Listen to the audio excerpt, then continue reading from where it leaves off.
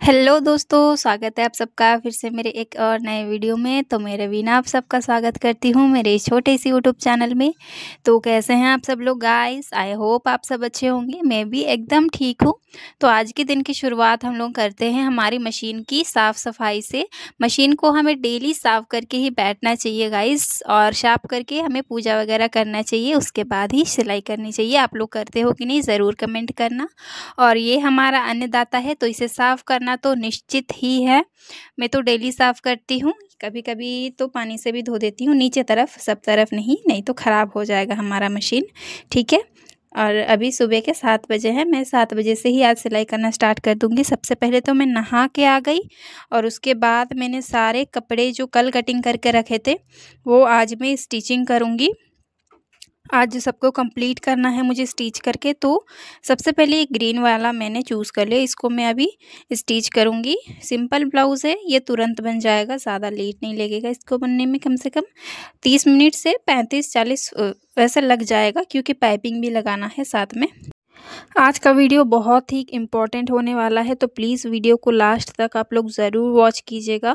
आपको बहुत ही ज़्यादा हेल्प मिलेगी इस वीडियो की मदद से, क्योंकि मेरे पास एक कमेंट आया था मेरी एक बहन का। उन्होंने कमेंट किया है कि उनका जो है कस्टमर अभी बहुत डाउन चल रहा है, सिलाई बिल्कुल भी उनके पास नहीं आ रही है। तो आज का वीडियो इसी के ऊपर है कि आखिर हम अपने दुकान में, अपने बुटीक में कस्टमर कैसे बढ़ाएंगे, ठीक है। चाहे हमने दुकान कहीं पे भी खोला हो, हमारे पास अगर कस्टमर ही नहीं होंगे तो हम कभी भी आगे नहीं बढ़ सकते हैं, क्योंकि हमारी यही है मेन सोर्स जहाँ से हम पैसा कमाते हैं। सिलाई ही एकमात्र हमारा सोर्स है, ठीक है। मैं भी एक सिलाई करने वाली हूँ, तो मेरा भी यही एक सोर्स है। और आप जितनी भी मेरी बहनें सिलाई करती हैं तो आपका भी यही एक सोर्स होगा जो कि पैसे कमाने का है। तो अगर कस्टमर ही नहीं होंगे तो हम पैसे भी कहाँ से कमाएंगे, है ना। तो सबसे इम्पोर्टेंट यही है कि हमारे कस्टमर आखिर कैसे बढ़ेंगे।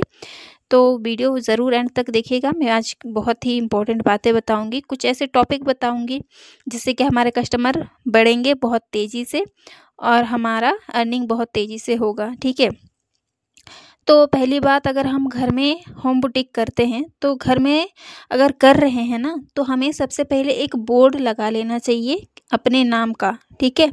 बाहर में अपने नाम का एक बोर्ड लगा लेना चाहिए। जो भी आपका टेलर हो, जैसे मेरा नाम रवीना है तो मैं अपना रवीना लेडीज़ टेलर इस तरह से लिखूँगी, और वहाँ पे आप सारी डिटेल लिख दीजिए कि यहाँ पे ब्लाउज सिलाई होता है, पीको होता है, सूट सिलाई होता है वगैरह सारा कुछ। और आप चाहे तो उन सब का रेट भी लिख सकते हैं, लेकिन आप ये कोशिश ज़रूर कीजिए कि अपने दुकान का नाम वहाँ पे लिख दें, और आप अपने जो जो सिलाई करते हैं वो सारी चीज़ें वहाँ पे लिख दें, और बोर्ड एक लगा दें बाहर में, घर के बाहर में, ठीक है। अगर हम घर में सिलाई करते हैं तो लोगों को पता ही नहीं चलता है कि हम घर में सिलाई करते हैं, हमारा बुटीक है।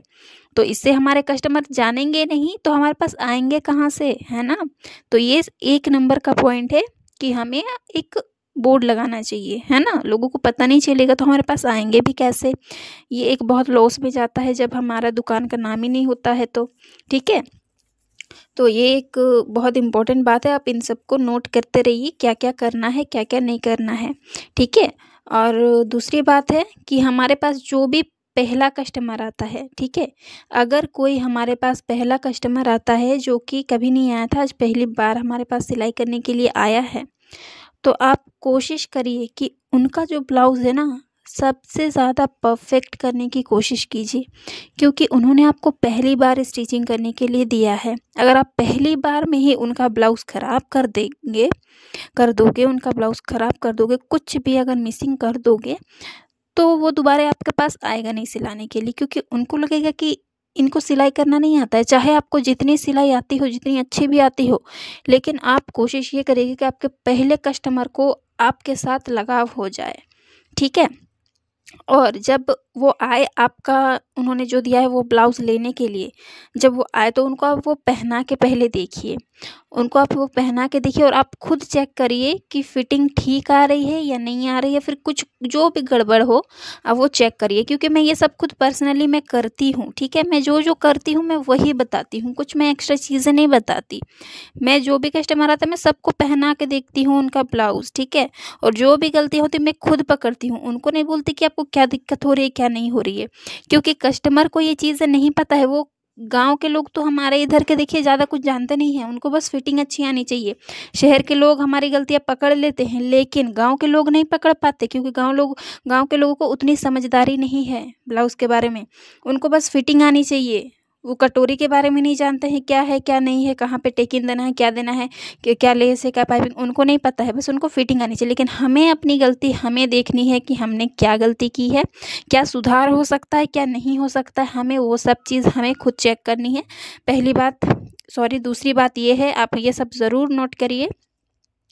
और अगर आप किसी भी कस्टमर को ब्लाउज़ दे रहे हैं, सूट दे रहे हैं, कुछ भी सील के दे रहे हैं, तो आप ये बात ज़रूर ध्यान रखिए कि आप उनको प्रेस करके दें। हमेशा हमेशा आप अच्छे से प्रेस करके एकदम फिनिशिंग के साथ उनको दें, ताकि उनको लगे कि इनको सिलाई बहुत अच्छी आती है। क्योंकि ब्लाउज़ देखने से पता चल जाता है कि फिनिशिंग कैसी है।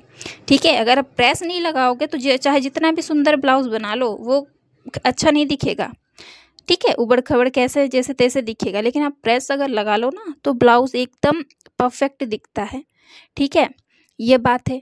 और अगर आपके पास कोई कस्टमर आता है, तो आप उनसे अच्छा व्यवहार करो, अच्छे से बात करो, क्योंकि बातों से ही सब होता है। सब कुछ खेल है बातों का।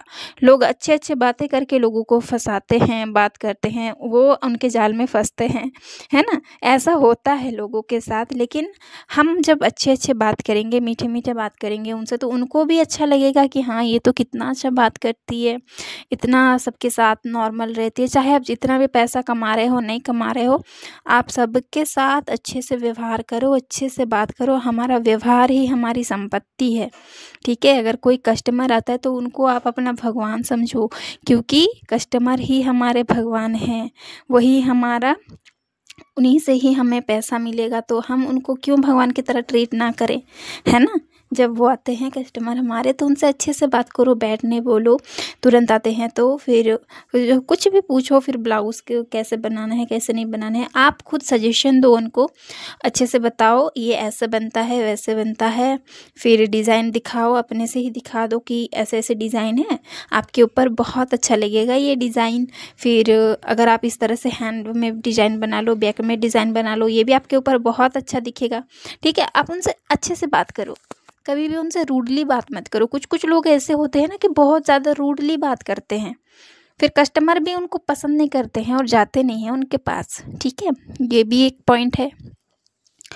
और बहुत बार ऐसे होता है कि हमारे पास पास में बहुत ज़्यादा दुकान होते हैं सिलाई के, है ना। जैसे मेरे यहाँ एक, ये मेरे पास है यहाँ पे एक शॉप नहीं, मेरा घर है, बुटीक है। लेकिन मेरे बगल में ही और 2 बुटीक है, लेकिन वो लोग सिलाई अभी नहीं करते हैं। वो शादीशुदा है ना एक, तो उन्होंने सिलाई अभी छोड़ दिया है, तो अभी मेरे पास कस्टमर आते हैं। और गांव में मतलब बहुत हमारा यहाँ पे सिलाई का है दुकान। गांव के अंदर में 2 दुकान है, एक लड़का सिलता है और एक लड़की, शादीशुदा है वो भी। और बैचलर लड़की तो मैं अकेली सिलती हूँ, जो बिना शादीशुदा के अभी स्टिचिंग कर रही हूँ अपने गांव में। मैं एक ऐसी अकेली हूँ यहाँ पे, और है, लेकिन वो सिलती नहीं है ज़्यादा। तो उन दोनों के साथ मेरा जैसे कि कंपटीशन टाइप का है, लेकिन उनके पास ज़्यादा जाते हैं, क्योंकि वो ना लड़कों के कपड़े भी सिलता है। एक लड़का सिलता है, शादीशुदा लड़का है, वो लड़कों के कपड़े भी सिलता है, तो उनके पास ज़्यादा कस्टमर है। और लड़कियों के सिलता है, लेकिन ज़्यादा लड़कियां नहीं जाती, क्योंकि कुछ कुछ लड़कियां होती है ना कि लड़कों से नाप लेने से डरती हैं। मतलब वो ना कंफर्टेबल फील नहीं कर पाती है लड़के जब उनको नापते हैं, तो इस वजह से ज़्यादा लड़कियां इधर भी आती हैं, मेरे तरफ भी। और बहुत सारी जो लेडीज़ हैं वो ना अंदर तरफ के गांव में जाती है, लेकिन अंदर तरफ जो है ना, उधर उनको ज़्यादा नहीं पता है, तो कोई कोई नहीं जाती है। तो रोड के किनारे होना चाहिए हमारा दुकान, ताकि हमारा दुकान लोगों को पता चले कि यहाँ पे दुकान है। रोड के किनारे होना चाहिए, जिससे कि सबको पता चलेगा और सबको दिखेगा, है ना। कस्टमर तभी हमारे पास ज़्यादा आएंगे। और अगर हमारा कहीं अंदर जगह होगा, तो लोगों को पता ही नहीं चलता है कि इधर दुकान है। तो कोशिश करिए कि हमारा जो दुकान है ना, वो रोड के किनारे होना चाहिए, जिससे कि लोगों को दिखे, आते जाते सबको दिखे, जिससे कि हमारे कस्टमर बढ़ेंगे। ठीक है, और आप ये कोशिश करिए कि अगर आप दुकान खोले हैं तो अपने पास लेस, पाइपिंग, डोरी वगैरह सारी वैरायटीज़ रखिए, जिससे कि कस्टमर को लगेगा कि इनके पास तो इतने अच्छे अच्छी चीज़ें हैं, वो इतने अच्छी अच्छी चीज़ें वो ब्लाउज़ में लगा देते हैं। लेस, पाइपिंग, डोरी ये सब रखे रहिए, ठीक है। उनको भी ज़्यादा अट्रैक्ट करेगा वो चीज़, और वो देखने में भी सुंदर लगता है। आप बना दीजिए वो सब लगा के। जब भी पहली बार कोई आपसे बनवाता है तो उनको अच्छे से बना के दीजिए, ब्लाउज़ में लेस, पाइपिंग, डोरी वगैरह सब कुछ अटैच करके अच्छे से दे दीजिए, जिससे कि आपके कस्टमर एकदम खुश हो जाएंगे। अगर आपसे थोड़ी भी गलती होती है ना, तो आप उनसे थोड़ा सा माफ़ी मांग लीजिए कि सॉरी, मुझसे ये थोड़ी सी गलती हो गई है। अगर कोई आपकी गलती पकड़ लेता है तो उनको आप बोलिए कि मुझसे ये गलती हो गई है और आप प्लीज़ ज़्यादा बुरा मत मानिए, मैं इसे ठीक कर दूँगी, ठीक है। आप अपने तरफ से यही सब बोलिए, जिससे कि कस्टमर को लगेगा कि हाँ, इनको इनको आता नहीं है ज़्यादा, लेकिन फिर भी ये मुझे बोल रही है तो मैं इनको दे देती हूँ, है ना। अगर आप न्यू हैं, बिगिनर हैं, तो आपको ये चीज़ें करनी है, और जो पुराने हो गए हैं उनको तो ये सारी चीज़ें नॉलेज है। मैं ये बातें सिर्फ बिगिनर्स के लिए बोल रही हूँ, न्यू लोग जो स्टिचिंग करते हैं। तो मैंने जो जो भी कहा, आप सब प्लीज़ ये सब नोटिस करिए और अपने दिन में, अपने काम में इन्हें लागू करिए, और हमेशा कोशिश करिए कि कस्टमर से अच्छा व्यवहार करना, ठीक है, और फिनिशिंग से सिलाई करना। और मेरी बातें अगर अच्छी लगी हो तो like, share, subscribe. Thank you.